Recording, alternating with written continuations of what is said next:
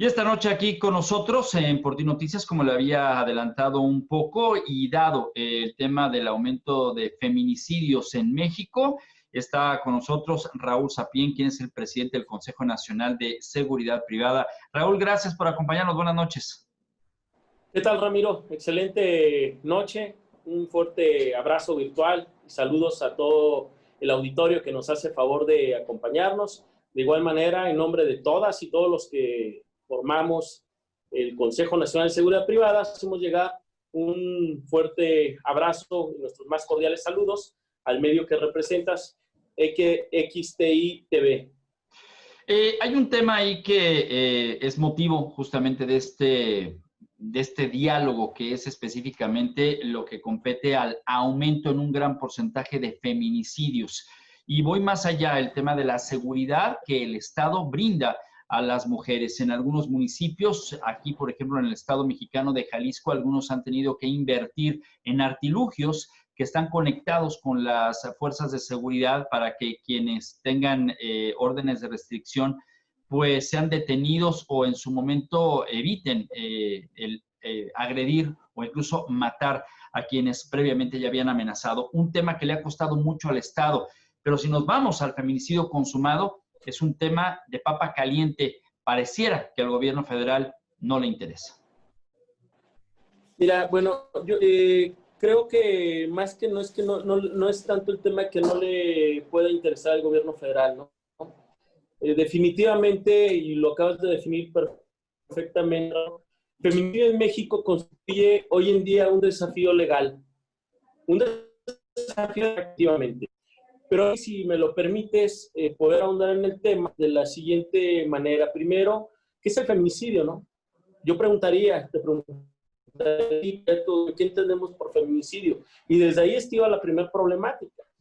Si bien es cierto, existen conceptos generales o conceptos de carácter internacional que establecen y definen perfectamente lo que es el delito de feminicidio, de manera genérica podemos decir que pues es la muerte violenta, ¿verdad?, de mujeres, obviamente que obedece a una razón de género. Si entramos al análisis jurídico del tipo penal, tenemos un problema, que la definición y conceptualización de este delito en cada estado de la República tiene variantes y varía desde cómo está definido en los códigos penales de cada una de las entidades federativas y cómo está definido además en el Código Penal Federal.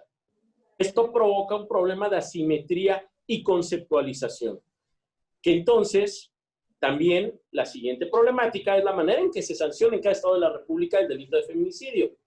Mi primera reflexión sería, entonces la vida de una mujer vale o tiene un valor diferente en cada estado de la República.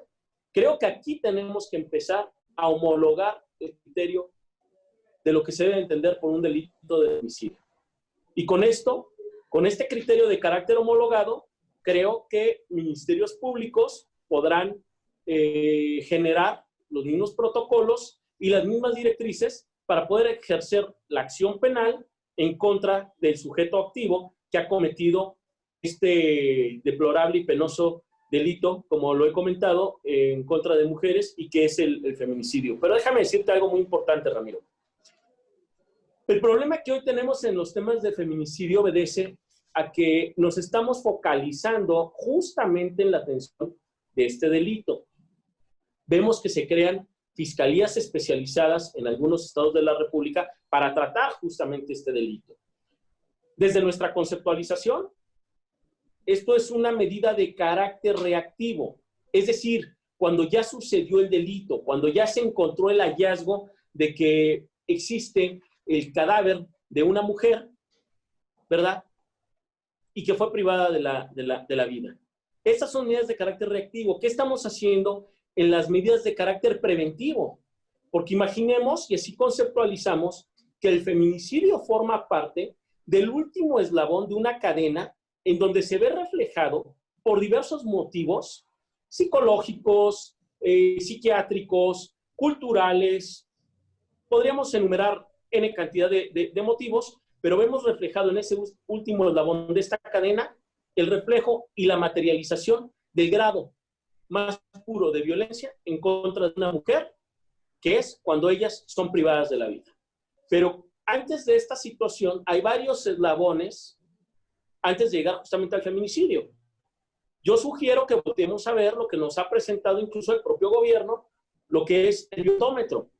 Ese famoso como termómetro que viene midiendo justamente la violencia y que desemboca en la privación de la vida de una mujer, que conocemos como feminicidio, pero no inicia justamente con vejaciones, la violencia incluso de carácter doméstica que existe, la violencia intrafamiliar.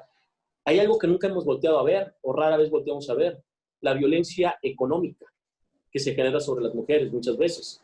Esa violencia que empieza con decir, si no haces esto, si no me complaces con X situación, si no te sometes a mi mandato, dicen algunos hombres, no te doy el gasto, no te doy para tus gastos, no contribuyo a pagarte cuestiones que son de necesidad básica.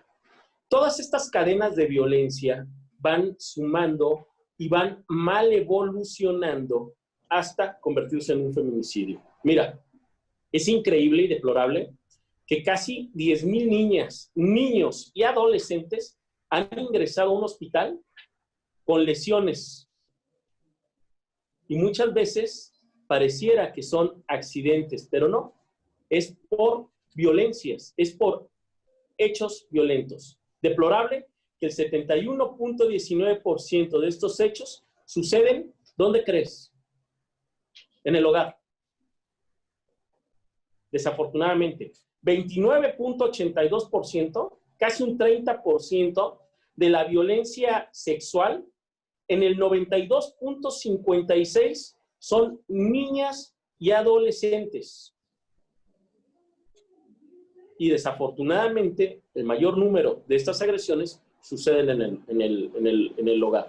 Raúl, ¿qué clase de porcentaje existe en los feminicidios ligados, por ejemplo, la delincuencia organizada, ya sea por venganzas o ya sea porque mujeres tengan que ver ahora, como lo hemos visto en algunas fotografías, pues parte de los cárteles que se disputan en el territorio en México?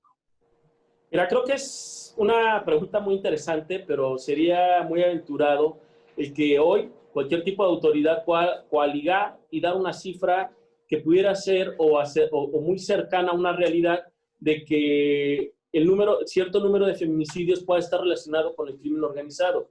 El feminicidio es cometido por el crimen organizado, por el propio cónyuge, por la propia expareja sentimental y que causan la vida a una mujer. Claro, por supuesto, sabemos que el crimen organizado, como su nombre lo dice, y también desde mi perspectiva está mal denominado, porque no debería de haber un crimen organizado, una delincuencia organizada. La delincuencia es delincuencia, ¿no? Pero bueno, hay algunos otros factores a los que conlleva que sea delincuencia organizada y que no es nuestro tema que abordamos el día de hoy. Pero estoy convencido que, claro, por supuesto, la delincuencia organizada ha jugado un papel muy importante en el número de feminicidios. Pues obviamente sabemos de los gustos que tienen los cárteles por cierta atracción hacia mujeres, de invitarlas, de llevarlas de viaje, presumirlas, ¿verdad? Sacarlas en redes sociales, y que cuando muchas veces, y desafortunadamente estas mujeres pues están ya involucradas con estas organizaciones criminales, pues obviamente detonan un factor de que puedan ser presa fácil de una investigación por parte de las autoridades para que lleguen con el paradero de los cabecillas de los cárteles y bueno, pues deciden privarles de la vida, ¿no? Pero no volteemos, pongo el ejemplo más claro, Tlaxcala. En Tlaxcala existe un gran número de comercio sexual y de trata de personas y de abuso sexual incluso a menores de edad, ¿no? Y es incluso permitido por propios entes familiares, y no estamos hablando de un crimen, de una banda del crimen organizado, ¿no? Ni una banda delictiva, ¿no? Tenemos en los puntos turísticos, pues el comercio sexual también que se ejerce desafortunadamente, y ese sometimiento que hacen los sujetos activos hacia las víctimas, y que cuando muchas de estas víctimas deciden abrir la boca o querer denunciar, pues son privadas de la vida. Raúl Sapien, quien es el presidente del Consejo Nacional de Seguridad Privada en México, te aprecio muchísimo que nos hayas acompañado esta noche aquí en Por Ti Noticias. Te agradezco mucho, Ramiro. Y un fuerte abrazo nuevamente a ti y a todo tu auditorio. Muchas gracias. Nosotros tenemos más esta noche en Por Ti Noticias.